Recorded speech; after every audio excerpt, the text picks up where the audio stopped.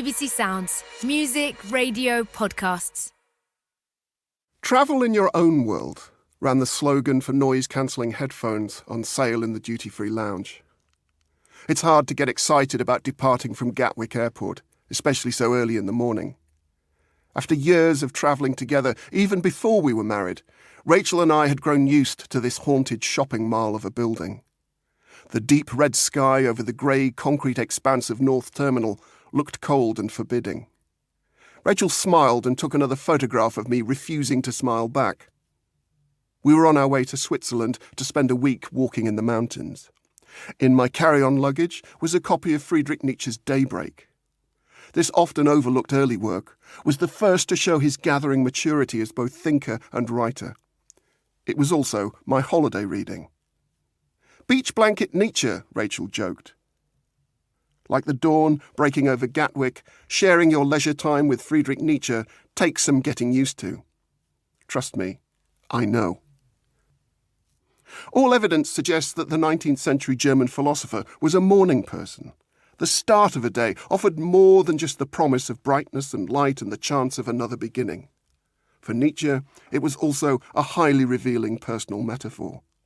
The dawn always indicated a moment of genuine excitement for him. It was the sign of something coming into being. He became increasingly interested, for example, in the origins of human thought. How does a new idea begin? Where does it come from? What deep internal processes shape it? Rachel checked the departure board for updates on our Zurich flight. Nietzsche's book Daybreak marked a far from easy sunrise. He describes it instead as a dark and strenuous emergence. In the preface, he presents himself as a subterranean man tunnelling through the depths of the earth, deprived of light and air. Nietzsche warns his readers that their eyes are not yet sufficiently accustomed to the gloom to appreciate his labours underground. Which is a fair point. On its first publication, Daybreak sold only 250 copies and was barely mentioned outside his immediate circle. He'd also been desperately ill in the period immediately prior to writing it. Problems with his eyesight had led to painful headaches, accompanied by prolonged bouts of dizziness and vomiting. His suffering became so intense that Nietzsche was forced to resign from his chair at the University of Basel, living out the rest of his days on a modest pension. It also freed him up to travel and to write.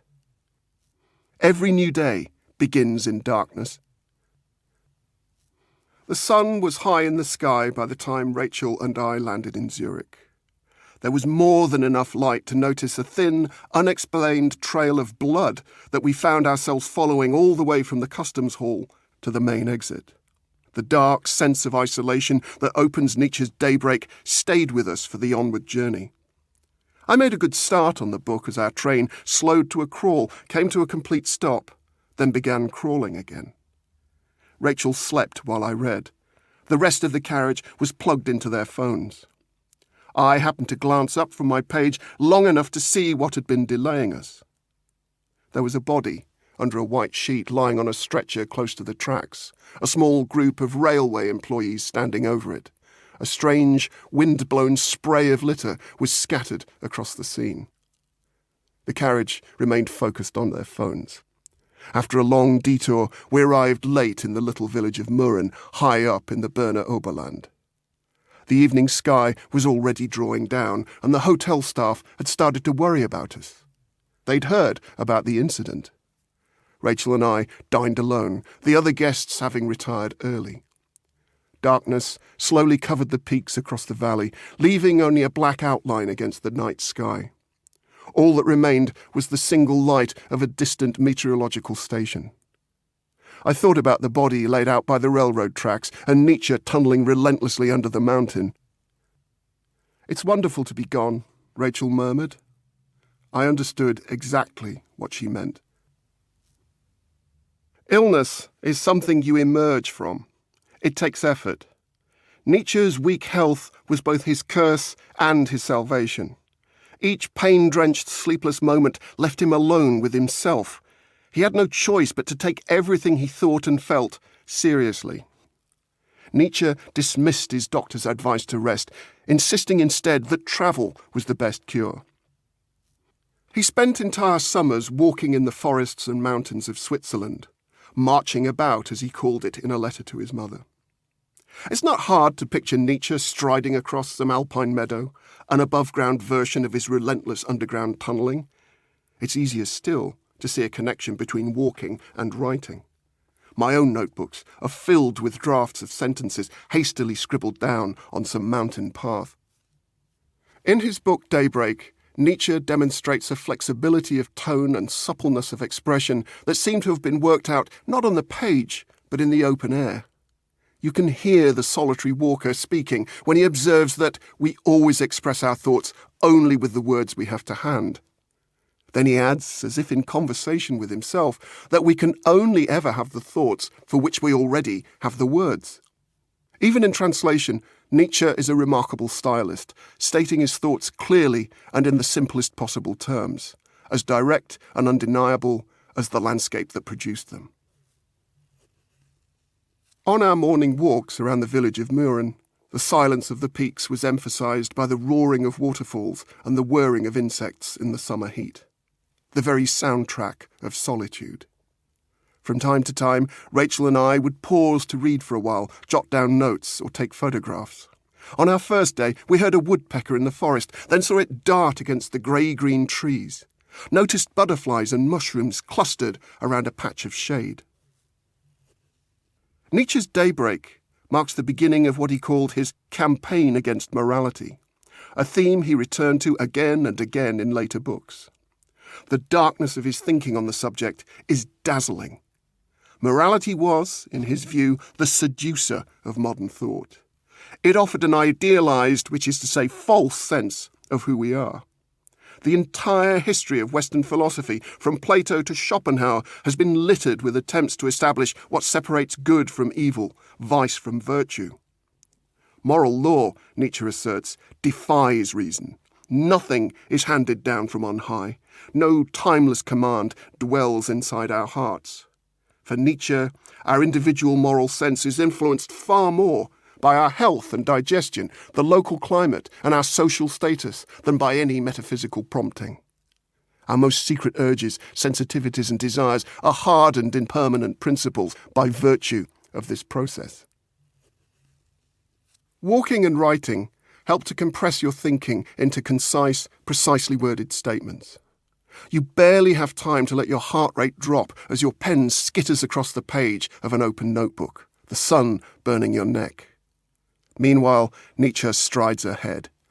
He's not a philosopher of conclusions, but of labyrinthine wanderings. In Daybreak, he offers not a single argument, but a seemingly endless series of threads that lead you through classical culture, religion, aesthetics, warfare, and politics. His book restlessly shifts position and perspective over the course of more than 500 numbered propositions. I found plenty among them to provoke, puzzle, and frustrate, but even more to argue with and think about.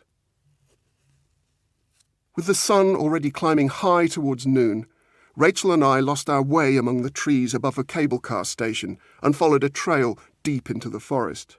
We stumbled over rocks and exposed roots until we heard voices and found ourselves back on the path again. We came out under a cloudless blue sky at an unknown spot looking onto the valley.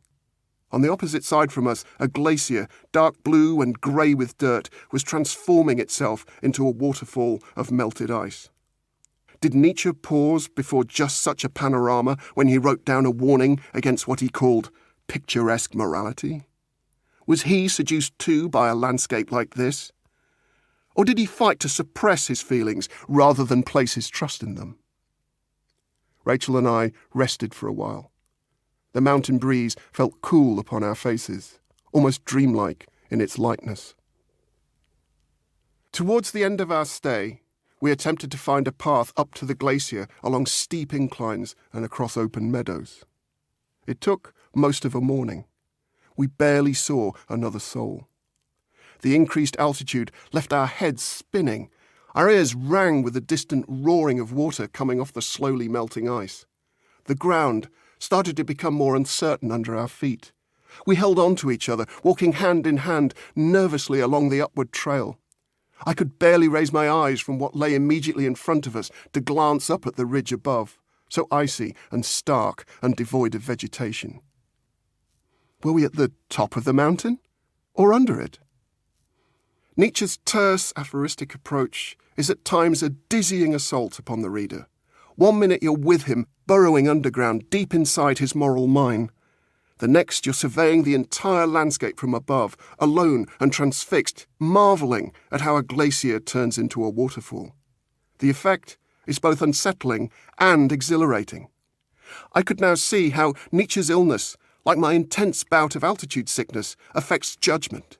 Sickness and delirium, I was beginning to discover, bring with them a certain kind of clarity. Random thoughts swam through my head. Perhaps our existence is a permanent fever dream, and one overwhelming moment of excess is enough to reveal this to us. Feeling good or secure about yourself is not a guarantee of moral certainty.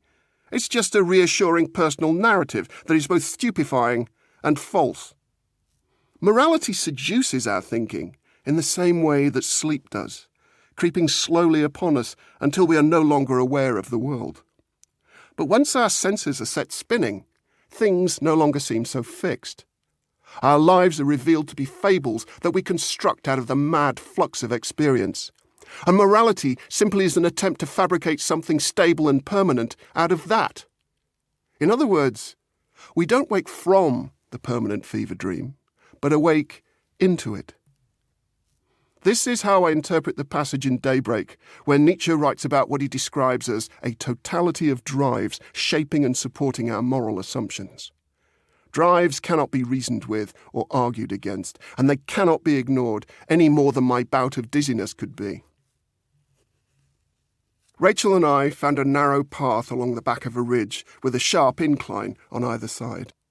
We continued to hold on to each other's hand, putting one unsteady foot carefully in front of the other until we came at last to a small railway station, barely more than a platform and a timetable set down as if at random in the middle of this rocky nowhere.